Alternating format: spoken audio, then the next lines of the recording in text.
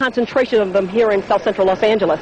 And as you can see, the police are cordoning off the street here. They've set up flares, and this is a common sight. What is behind me with this stretch of police across the intersection. They're doing that a lot to try and control the flow of the traffic. So that's what's going on down here. Yeah, Jody, for your information, we're looking at live shots from Charper 2. We don't know exactly where this, maybe Mark Dent fill us in, but we are seeing more looting taking place here. Yeah, that's been kind of the thing. And, you know, I think as it gets darker, that's going to become a problem because there are so many stores with all the windows broken out. And you can see there a van that has driven up to the front of this. Apparently, they're trying to ram through these, obviously. Lord, that's at, we are told, Western and Santa Monica. Trying to ram through this protective gates that have been put up over, as many businesses have. And look at this. Well, who knows if that van isn't stolen? I mean, nobody in their right mind would do that to their own vehicle. So perhaps this is a stolen vehicle that's being used to ram into someone else's store so they can take property that does not belong to them. And look at the size of this crowd now, and I think they've probably made entry here. Mark Dunn, are you with us? Yes, Tricia, go ahead. Yeah, whereabouts is this happening? We're just at the corner of Santa Monica Boulevard and Western, just south of the Hollywood Freeway.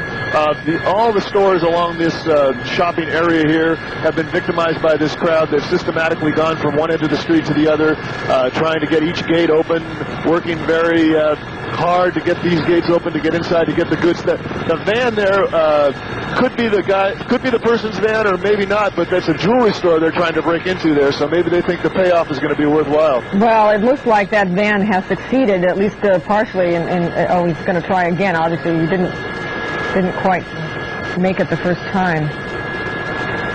This is maybe the third or fourth pass at this place. The crowd's backing up now for the van to give it another go. Oh.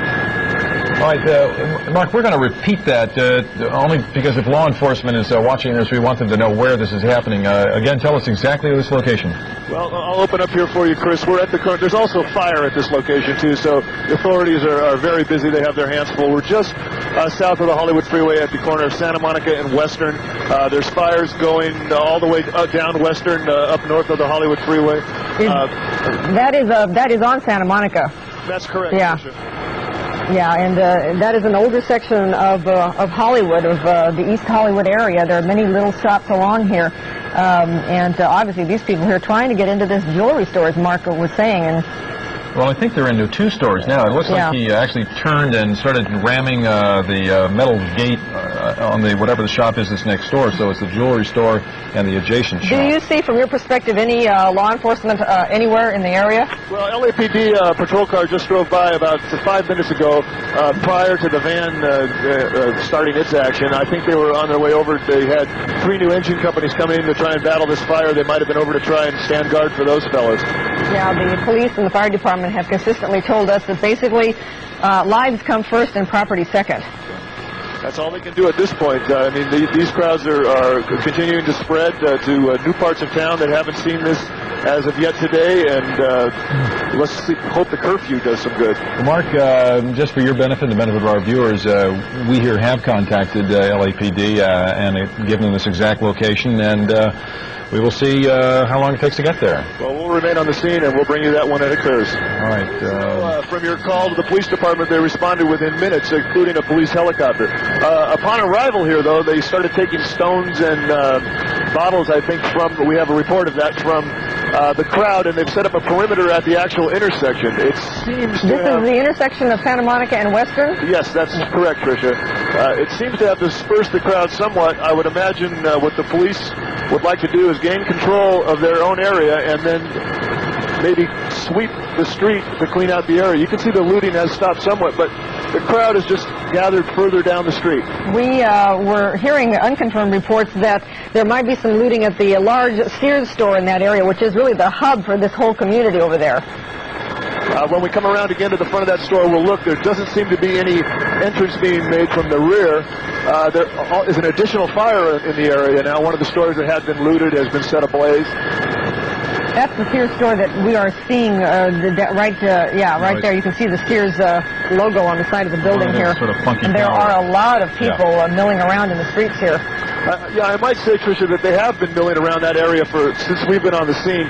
They seem to be held up held at bay by the front door here for some reason. Well, they don't seem to be able to get in there. This is an interesting store because unlike most, say, mall stores with lots of glass, this particular store does not have a whole lot of glass. And in fact, you have to go through those doors right underneath that archway there, and then either that or through the parking lot in the back, if I'm not mistaken.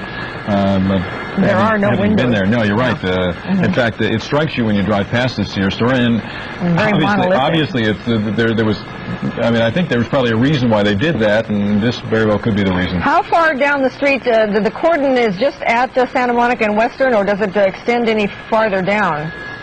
Well, the police department they've set up a small perimeter here at the intersection. They've blocked the street further north because the fire units are in there trying to battle these two blazes now. I don't think they've even started on the second one. And you can see here the perimeter they've set up to include the fire department and protect themselves at the same time.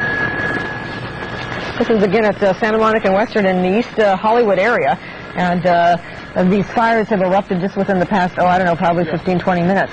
The long shadows of the policemen that they are casting on the pavement is just a reminder that we're coming close now to sundown, which Mac tells us will be about 7:30 or in about an hour and a half. That also will coincide with a curfew, a dawn to dusk curfew, which would be imposed in all of the city of Los Angeles tonight.